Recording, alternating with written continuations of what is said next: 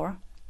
Fee, thank you. Joining me now is Independent MP Di Lee. Di, I want to ask you about the Western Sydney protest more specifically because it is in your neck of the woods. Is this an example of the perhaps social tension in Western Sydney at the moment? Hi, Laura. Great to always be with you. Can I say that it's a small group of young people there. It actually has not been, if you talk about my multicultural and multi-faith community, it has been a very, the issues I have come across, and I have said this constantly on your program, is cost of living. And no, I have not seen that. And, today, just seeing on the screen there, I think it's a small group of young people, maybe they're just very passionate about the issue, but certainly in my community overall, when I go door knocking, when I'm out in the streets speaking with people or people coming to see me on any issues, is certainly not that issue that the young people are protesting about. And look, we live in a free and democratic society, and certainly protests and free speech is something that we all value. But every right has responsibilities, and I think that it's about being responsible with, the words and our actions that we use when we display in public. Let me ask you about what's been going on in Parliament as well this week. We've just seen and we're about to hear from Richard Marles, Chief of Staff, and there are workplace claims there. Give us an idea what it's like in Parliament House, because I think this happens in the corporate world all the time. They are contested claims, but when they're in Parliament House, they're amplified. Are they dealt with well? Is this media conference that we're about to see going to become standard practice? Do you think there are more cases?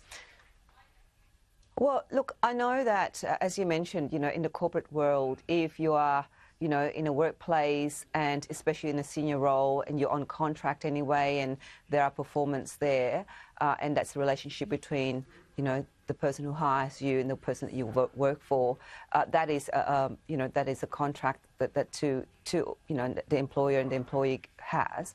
I think in a public system, I think there's a different way to approach in how you work and deal with staff. Obviously, we have a lot of criteria that we have to follow in dealing with staff in terms of performance review, etc. I've only just read what happened to the Deputy Prime Minister's staff, so really I would not comment on that. But working with staff is generally quite, very challenging. You need to make sure that everybody works well together, everybody respect one another, and sometimes in an office, and in a large office in particular, it can be quite demanding in terms of how do you manage staff, right? So it is, my team is so small, but we still do have challenges to make sure that people work well with one another, and because people are all different.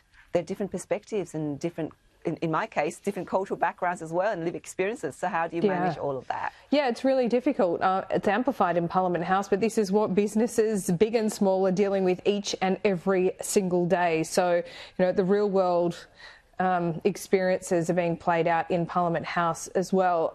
Di, I want to ask you about the comment that the Prime Minister made about Tourette's in Parliament. What was your reaction, and what was the reaction of the chamber when he said that? I think it was. I think we were. I definitely got shocked straight away as soon as he said that word, and we're now in a very politically correct world whereby you have to be mindful of every single word that you use. So I thought how that would be, especially for people who've got Tourette syndrome. What does it mean? Was he denigrating by using that term? I mean, he did apologise, but that initial reaction kind of got everybody going. There's that reaction in the chamber. As I don't know if if you've been in there, you know what it's like when people suddenly say something that was really, oh my God. It's kind of there's that sudden shocked in people's mind. Yeah. Do you think it was revealing of what the Prime Minister really thinks, or was just one of those intemperate remarks? Look, I think it shows that he's under pressure from my perspective. I think he was, quite, he's under pressure with what's probably happening around, and no doubt hearing about the polling for the Labor Party, maybe especially in the recent local government election in New South Wales, how Labor has really nosedive especially in Western Sydney. So I have no doubt that there are all these pressures that he's got, and of course the government has not really come forward with any really long-term solutions for the cost of living measures and crisis that we're all experiencing. So I have no doubt he's probably just, probably that's in his mind. He was thinking about all these things when he said those words. Yeah, I think you're right on that, Di. Always good to see you. We'll check in soon. Thanks, Laura.